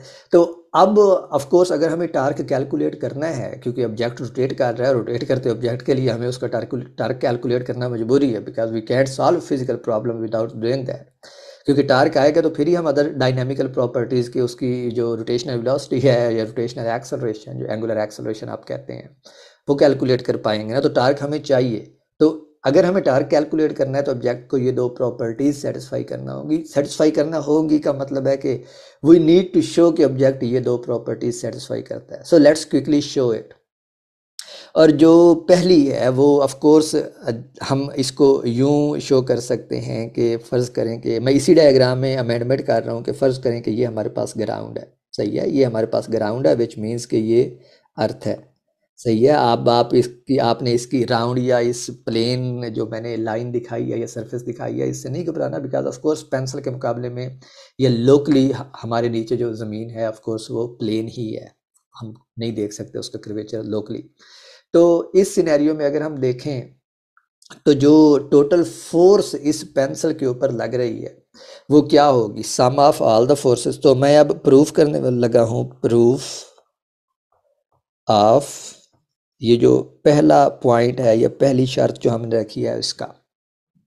तो जो पहले पॉइंट का प्रूफ है वो ये है कि टोटल फोर्स अगर आपने कैलकुलेट करनी है कि इस पेंसिल के ऊपर कितनी लग रही है, तो वो आप क्या करेंगे, जितने मैस पार्टिकल्स से ऑब्जेक्ट मिलके बना हुआ है टाइम्स हर पार्टिकल के ऊपर जितनी ये ग्रेविटेशनल अर्थ की ग्रेविटी लग रही है, एक्सेलरेशन ड्यू टू ग्रेविटी, यही फोर्स का फार्मूला होता है ना। It's simply F equals M A, Newton second equation of motion. लेकिन चूंकि मोशन वर्टिकल है तो ए जो है वो हमारे पास जी के इक्वल होता है। और देखें ये वेक्टोरियल इक्वेशन है, मैंने जी के ऊपर भी वेक्टर का साइन लगाया है और एफ के ऊपर भी।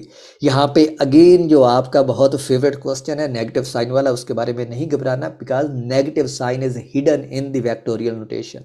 ये जो ऊपर मैंने वेक्टोरियल नोटेशन लगाई है, नेगेटिव साइन एक्सप्लिसिट होता है जब आप स्केलर इक्वेशंस लिखते हैं। So far so good. So we have a force और राइट साइड पे जो है हमारे पास total number of mass particles है जिनसे मिलकर ऑब्जेक्ट बना है, और हर मैस पार्टिकल के ऊपर जितनी ग्रेविटेशनल फोर्स लग रही है। And here is a thing, and this is the most important point for at least this topic.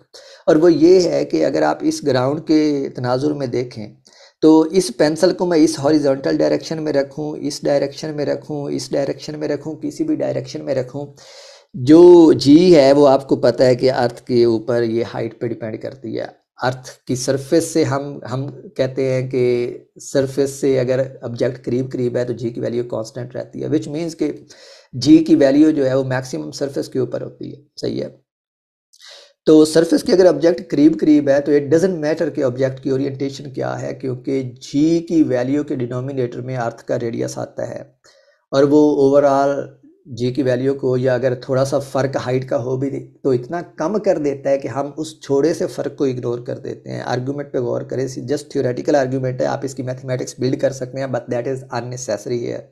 मैं ये कह रहा हूँ कि जी की वैल्यू, और जी की वैल्यू का फार्मूला मैं आपको इस मैकेनिक्स के कोर्स में आखिरी चैप्टर में जो हमारा होगा ना ग्रेविटेशन वाला, उसमें प्रूफ करवाऊंगा and I will refer back to this topic. लेकिन इस वक्त आप मुझ पर यकीन करें कि जी की वैल्यू जो है वो अर्थ की सरफेस के करीब करीब जो है वो तकरीबन कांस्टेंट होती है, उसमें एरर का मार्जिन इतना कम होता है कि हम उसको इग्नोर कर देते हैं। It's like 1 part in million, 1 million let's say, इतना कम होता है।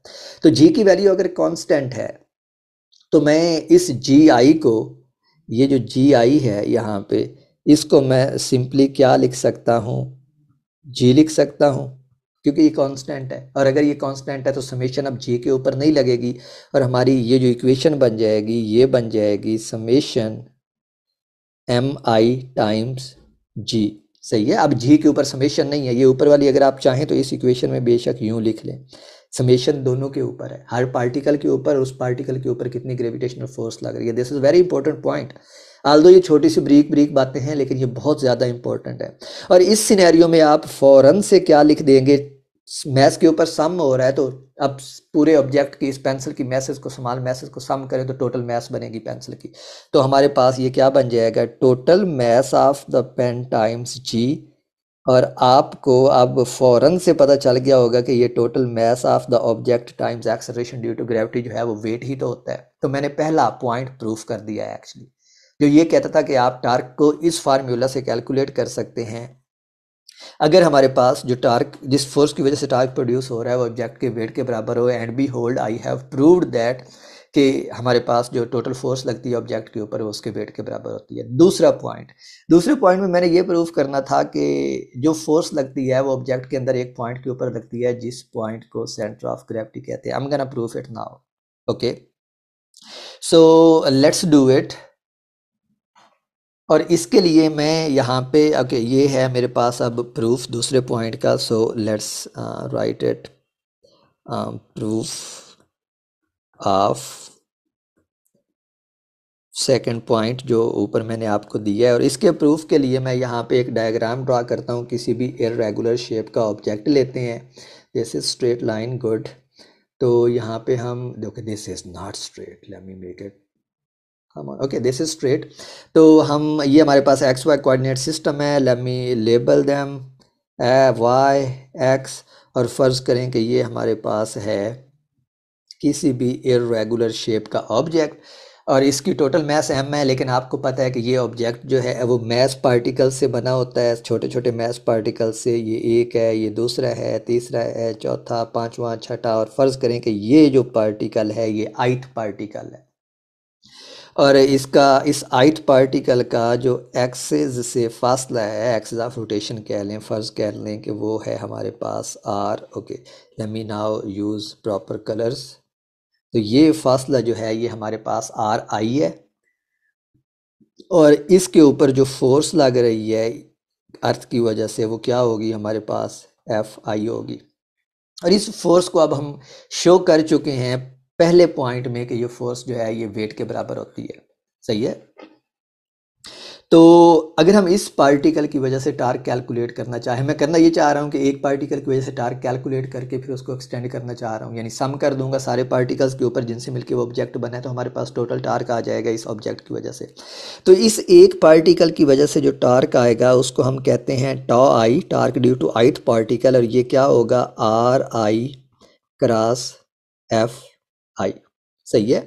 और एफ आई अगर आप उसकी मोस्ट जनरल फॉर्म में लें तो वो क्या होना चाहिए, एम आई टाइम्स जी आई। क्यों? क्योंकि जो जनरल बात है जी के बारे में वो ये है कि ये चेंज होती है। विच मीन्स कि इस पार्टिकल के ऊपर जी की वैल्यू मुख्तलिफ होगी, इसके ऊपर मुख्तलिफ होगी। वो अलहदा बात है कि जो डिफरेंस होगा वो इतना कम होगा, it would be like as small as 1 part in 1 million, but still in general ये होगा।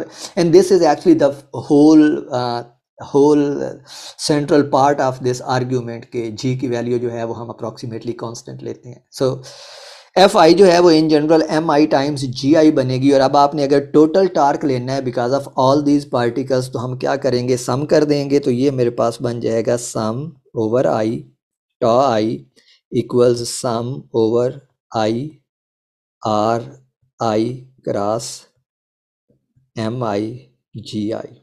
सही है। And here is the most important point. और अगेन मैं वही आर्गूमेंट आपको देने वाला हूँ कि जी जो है ना वो ऑलमोस्ट कांस्टेंट होती है ऑब्जेक्ट, मतलब उसकी ओरिएंटेशन, यानी अगर मैं पेंसिल को अर्थ की सरफेस के ऊपर यूं खड़ा करूं तो जो इसके लोअर पार्ट के ऊपर जी की वैल्यू होगी और जो अपर पार्ट के ऊपर जी की वैल्यू होगी उसमें जो फ़र्क है ना वो ना होने के बराबर होगा, इतना कम होगा कि हम इसको इग्नोर कर सकते हैं। और उस सिनेरियो में हमारे पास ये जो जी है ये हम इस समेशन से बाहर लेके आ सकते हैं, यानी जी आई को हम इन जनरल जी लिख सकते हैं। तो ये इक्वेशन हमारे पास बन जाएगी, लेफ्ट साइड पे टोटल टार्क बन जाएगा और ये बन जाएगी summation I R I cross M I G. सही है। तो ये हमारे पास अब जनरल फॉर्म बन जाएगी, यानी इस केस में हमारे पास जो जी है अब वो कांस्टेंट है। और अब अगर जी कांस्टेंट है तो ये जो पार्टिकल की मास है, ith पार्टिकल की मास है, ये भी तो कांस्टेंट है। क्यों कांस्टेंट है? बिकॉज एक दफ़ा आपने पार्टिकल चूज़ कर लिया तो फिर उसके बाद उसकी मास जो है वो कांस्टेंट हो गई, उसकी मास से कोई फ़र्क नहीं पड़ता। सही है। और अब अगर ये कांस्टेंट है तो इसका मतलब है कि मैं इसको इस जी के साथ लेके आऊँ, इस आर के साथ रखूँ, कोई फ़र्क नहीं पड़ेगा क्योंकि मास के ऊपर सम हो रहा है। तो जब तक ये सम के अंदर है, यानी ये इक्वेशन जो है ये मेरे पास इस फॉर्म में है, तो जब तक एम आई सम के अंदर है, मैं इसे आर आई के साथ रखूं या जी के साथ रखूं कोई फर्क नहीं पड़ता इक्वेशन के ऊपर। तो मैं इसी इक्वेशन को यूं भी लिख सकता हूं कि ये होती है I times M I R I cross G. सही है। और ये वाला जो फार्मूला है, अब अगर आपको अगेन 7वें चैप्टर से याद हो एम आई आर आई, तो ये हमारे पास होता है आर सेंटर ऑफ मास। सही है। तो इसका मतलब है हमारी जो ये होता है हमारे पास m times R centre of mass. अगर आपको आर सेंटर ऑफ मास का फार्मूला याद हो तो ये होता था M I R I summation over I divide by total mass of the object. तो यहाँ से आर सेंटर ऑफ मास हमारे पास क्या बन जाएगा, M R centre of mass बन जाएगा summation M I R I, जो बिल्कुल हमारे पास ये वाली टर्म है। तो ये फार्मूला बनता है total mass of the object times centre of R centre of mass. तो ये हमारे पास बन जाएगा M R centre of mass cross G. और अब m चूंकि कांस्टेंट है, टोटल ऑब्जेक्ट की मास है, तो मैं इसको अगेन मूव कर लेता हूँ। तो ये मेरे पास बन जाएगा R centre of mass cross M G. और अब आप इसको लिख सकते हैं R centre of mass cross weight of the object total. सही है, या क्रॉस एम जी। अच्छा, अब मुझे प्रूफ ये करना था कि पूरी की पूरी फोर्स जो है वो सेंटर ऑफ ग्रेविटी के ऊपर लगती है। मैंने प्रूफ कर क्या दी है, मैंने जो चीज़ प्रूफ कर दी है वो ये है कि ये आर सेंटर ऑफ मास के ऊपर लग रही है। लेकिन here is a trick, here is a most important thing. और वो मोस्ट इंपॉर्टेंट थिंग ये है कि ये जो यहाँ पे मैंने अप्रॉक्सीमेशन ली थी ना कि जी आई जो है ये हर पार्टिकल के ऊपर कांस्टेंट है, विच मीन्स कि ये पूरे ऑब्जेक्ट के ऊपर जी की वैल्यू जो है वो कांस्टेंट रहती है और वो जी के बराबर है। इस कंडीशन के अंदर ये जो आर आई और जो आर सेंटर ऑफ मास और आर सेंटर ऑफ ग्रेविटी है ना, ये दोनों सेम हो जाते हैं। मैं ये कह रहा हूँ कि मेरे पास जो आर सेंटर ऑफ मास है ये इक्वल होता है R centre of gravity for G I equals G. यानी अगर जी कांस्टेंट रहता है ऑब्जेक्ट के ऊपर, ऑब्जेक्ट जितने भी पार्टिकल्स से मिलके बना है उस ऑब्जेक्ट के ऊपर अगर जी कांस्टेंट रहता है तो आर सेंटर ऑफ मास जो है वो कोइंसाइड कर जाता है सेंटर ऑफ ग्रेविटी से। और इसका मतलब है कि अब इस इक्वेशन, और ये कंडीशन मैं पहले ही ले चुका हूँ, तो इसका मतलब है कि अब मेरी ये इक्वेशन जो है ये है R centre of gravity cross weight. और बिल्कुल यही वो चीज़ थी जो मैं प्रूव करना चाहता था दूसरी कंडीशन में, कि अगर जो फोर्स है वो सेंटर ऑफ ग्रेविटी के ऊपर लग रही हो तो फिर जो टार्क है वो इस फार्मूला से हम कैलकुलेट कर सकते हैं, जो ओरिजिनल फार्मूला था ये वाला। किधर गया ये वाला फार्मूला, ये वाला। सही है। तो हमने टार्क कैलकुलेट कर लिया, तो हमने टार्क ही कैलकुलेट करना था क्योंकि टॉपिक यही था, टार्क ड्यू टू ग्रेविटी। तो ग्रेविटी की वजह से पैदा होने वाला टार्क हमने कैलकुलेट कर लिया। लेकिन जो इंपॉर्टेंट चीज़ यहाँ पे हमने सीखी है वो ये है कि जो फोर्स है वो पूरी की पूरी जिसकी वजह से टार्क प्रोड्यूस हो रहा है वो ऑब्जेक्ट के वेट के बराबर होती है, पहली शर्त। और दूसरी शर्त कि वो फोर्स जो है जो वेट के बराबर होती है वो उसके सेंटर ऑफ ग्रेविटी के ऊपर एक्ट कर रही होती है। सो that's it for this topic. तो जब भी, और अब हमें पता है कि हम अपनी डेली लाइफ में, चूँकि जो जी की वैल्यू है वो इतना ज़्यादा चेंज नहीं होती over any dimensions of the object, कि ऑब्जेक्ट चाहे 1 2 5 10 मीटर का भी है तो उसके ऊपर जी की वैल्यू चेंज नहीं होती खातिर खा। तो इसका मतलब है कि हमारी डेली लाइफ में, हमारे इर्द गिर्द में हर सिनेरियो में सेंटर ऑफ ग्रेविटी और सेंटर ऑफ मास जो है वो कोइंसाइड होंगे। लेकिन अगर जी की वैल्यू सफिशेंटली चेंज होती है, आपका ऑब्जेक्ट इतना बड़ा है शेप में कि जी की वैल्यू सफिशेंटली का मतलब है कि इतनी चेंज हो जाए कि एक्सपेरिमेंटल एरर जो है जो अलाउड होता है उससे बाहर हो जाए, तो फिर आप उसको ये कहते हैं कि सेंटर ऑफ मास और सेंटर ऑफ ग्रेविटी कोइंसाइड नहीं करते और फिर आप ये फार्मूला यूज़ नहीं कर सकते। बट हमारी जो सिचुएशंस हमारे सामने आएंगी, हमारे इर्द गिर्द जो हम देखते हैं, for distances close to surface of earth, centre of gravity और सेंटर ऑफ मास जो है वो कोइंसाइड करेंगे। So that's it for this topic. Few quick words about calculating centre of gravity geometric way जो है फॉर डिफरेंट ऑब्जेक्ट्स। और उसके लिए आप जो जनरल तरीका यूज़ करते हैं वो ये करते हैं कि फ़र्ज़ करें आपके पास कोई इस शेप का ऑब्जेक्ट है, ठीक है, तो आप इसको लटका देते हैं किसी सपोर्ट से। फ़र्ज़ करें ये हमारे पास सपोर्ट है और ये वो पॉइंट था, पिवट पॉइंट, जिसमें से आपने इसको गुजारा है लटकाने के लिए, ठीक है। तो इसमें आप ये देखते हैं, लेट मी चेंज कलर। तो इसमें हम क्या करते हैं, ये देखते हैं कि जो सेंटर ऑफ ग्रेविटी है इस ऑब्जेक्ट का वो हमेशा ही इस पिवट लाइन के नीचे लाई करता है। तो तरीकाकार ये है कि आप एक लाइन ड्रॉ करते हैं और इस लाइन को आप यूं शो कर सकते हैं, ठीक है। फिर इसी ऑब्जेक्ट को आप किसी और पिवट के अराउंड लटका देते हैं। तो फ़र्ज़ करें कि आप इसको अब इधर कोई पॉइंट ले लेते हैं, उससे लटकाते हैं, तो ये हमारा ऑब्जेक्ट जो है वो कुछ इस तरह बन जाएगा, ठीक है। तो अब अगर ये इधर लटका हुआ है तो अब जो सेंटर ऑफ ग्रेविटी वाली लाइन बनेगी जो बिल्कुल इस पिवट के नीचे आती है वो कुछ इस तरह की बनेगी, सही है। तो पहले वाली, अब जो ये वाली लाइन थी हमारी, ये वाली लाइन थी, ऑफ कोर्स अब हमने इसको ऑब्जेक्ट को उलट कर दिया है, तो ये वाली लाइन अब हमारी तकरीबन इधर से गुजर रही होगी, इधर से, सही है। तो ये आप देख सकते हैं कि ये वो पॉइंट आ रहा है जहाँ पे हमारा सेंटर ऑफ ग्रेविटी जो है ये लाई करना चाहिए। और अगर आप इसी पॉइंट से, जिस पॉइंट के ऊपर सेंटर ऑफ ग्रेविटी हमारा आ रहा है, इस पॉइंट से ही ऑब्जेक्ट को लटका देते हैं। फ़र्ज़ करें कि आपने ऑब्जेक्ट को यूं लटका दिया, ओके, ऑब्जेक्ट मेरा एक जैसा नहीं बन रहा, बट फ़र्ज़ करें कि इस पॉइंट से लगा दिए, लटका दिया, और ये वो पॉइंट है जो हमने इस दूसरे वाली डायग्राम में सेंटर ऑफ ग्रेविटी मार्क किया है। तो ये ऑब्जेक्ट मूव नहीं करेगा अपनी जगह से, इसी पॉइंट पे खड़ा रहेगा, सही है। तो आप देखें तो कि इस केस में हमारा जो सेंटर ऑफ ग्रेविटी है पहले वाले सिनेरियो में, इधर जो दूसरा वाला सिनेरियो है ये वाला, ये यहाँ पे लाई करता है, सही है। और जो ऑब्जेक्ट का वेट है वो भी बिल्कुल क्या करता है, इसी लाइन के अलोंग एक्ट कर रहा है। तो वेट जो है वो सेंटर ऑफ ग्रेविटी वाला जो पॉइंट है उसी से गुजर रहा है, सही है। तो इस केस में जो टार्क प्रोड्यूस होगा वो ज़ीरो होगा। दूसरे अल्फाज में, आप कोई भी ऑब्जेक्ट जो है जो किसी भी पिवट से लटका होता है तो उसका सेंटर ऑफ ग्रेविटी जो है वो बिल्कुल उसके नीचे एक्ट करता है, सही है। और टोटल जो फोर्स है वो बिल्कुल उसी पिवट से गुजर रही होती है। तो इस केस में हमारे पास जो टार्क आता है वो ज़ीरो हो जाता है, क्योंकि हमारे पास आर जो है वो ज़ीरो हो जाता है, क्योंकि जो फोर्स है उसका line of action of force, जैसे आप जानते हैं टार्क के लिए, वो उसी पॉइंट से गुजर रहा होता है जो सेंटर ऑफ ग्रेविटी होता है। विच मीन्स के फोर्स और सेंटर ऑफ ग्रेविटी अगर एक ही पॉइंट से गुजर रहे हैं और वही पॉइंट जो है ऑब्जेक्ट के ओरिजिन से भी गुजर रहा है, तो विच मीन्स के उसका जो टार्क होगा वो ज़ीरो होगा। और ये हमारे पास बहुत इंटरेस्टिंग नतीजा देता है। उसकी स्टेटमेंट मैंने कहीं पे लिखी हुई थी, let me actually check it. और जी वो स्टेटमेंट ये है कि torque due to gravity about centre of gravity is zero, क्योंकि उस केस में हमारे पास जो आर सेंटर ऑफ ग्रेविटी है वो ज़ीरो होता है। और R centre of gravity non zero, यहाँ पे आप इस फार्मूला से देख सकते हैं कि ये शर्त है टार्क के लिए नॉन ज़ीरो होने की। तो इस तीसरे वाले पॉइंट में भी आप ये देख लें कि हमारा सेंटर ऑफ ग्रेविटी जो है इसी पिवट पॉइंट पे है और टोटल फोर्स जो है वो सेंटर ऑफ ग्रेविटी के ऊपर ही लगती है। तो ये हमारे पास क्या बनना चाहिए, सिनेरियो ये फोर्स का है। तो आप देख सकते हैं कि अब जो फोर्स है वो बिल्कुल अगर इस पॉइंट से गुजर रही है तो हमारे पास ये जो आर सेंटर ऑफ ग्रेविटी है या आर सेंटर ऑफ मास है वो ज़ीरो हो गया।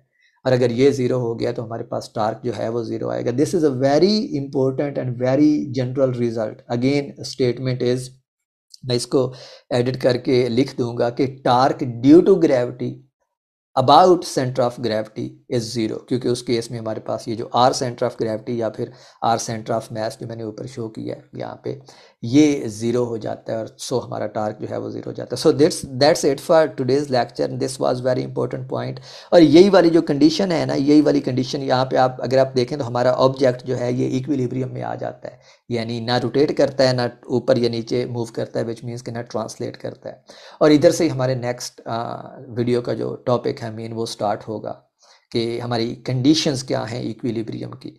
तो उसको हम डिस्कस करेंगे। ऑफ कोर्स आप पहले से जानते हैं, लेकिन उनको हम डिस्कस करेंगे। और फिर उसके बाद मोस्ट इम्पोर्टेंट काम शुरू होगा इस चैप्टर का कि आपने इक्विलिब्रियम की कंडीशंस को या फिर नॉन इक्विलिब्रियम की कंडीशंस को यूज़ करके कैसे प्रॉब्लम सॉल्व करने हैं, which is again of course the most important part. But till this point आप ये देख लें कि सेंटर ऑफ ग्रेविटी की वजह से जो ग्रेविटी की वजह से टार्क प्रोड्यूस होता है उसमें सेंटर ऑफ ग्रेविटी और सेंटर ऑफ मास कैसे रिलेटेड है एक दूसरे के। Okay, that's it for today and hopefully I will see you soon with another video hopefully. And अब मेरे ख्याल में अगले चार पाँच लेक्चर्स में हमारा ये चैप्टर कंप्लीट हो जाएगा। चैप्टर लेंथी था इसलिए बिकॉज पहले इस तरह जितना कंटेंट हमने इस चैप्टर में कवर किया ये 3 चैप्टर का कंटेंट होता था, लेकिन उसने इस बुक में उन्होंने एक ही चैप्टर इसका बनाया हुआ है। मैंने आपको बताया था कि अगर आप लीनियर मोशन की बात करें तो ये चौथे, पाँचवें और टू सम एक्सटेंट छठे चैप्टर का कंटेंट था, ठीक है ना। तीसरा, चौथा, पांचवें चैप्टर का कंटेंट था, तो मैंने 2-3 चैप्टर का कंटेंट एक चैप्टर में डाल दिया था, इसलिए थोड़ा ये लेंथी हो गया, but shouldn't matter. We have to complete the entire syllabus, which are like the first 14 chapter of this book. So hopefully one day we will get there. तब तक के लिए, no, not तब तक के लिए, अगली वीडियो तक के लिए, बाय बाय, अल्लाह हाफिज।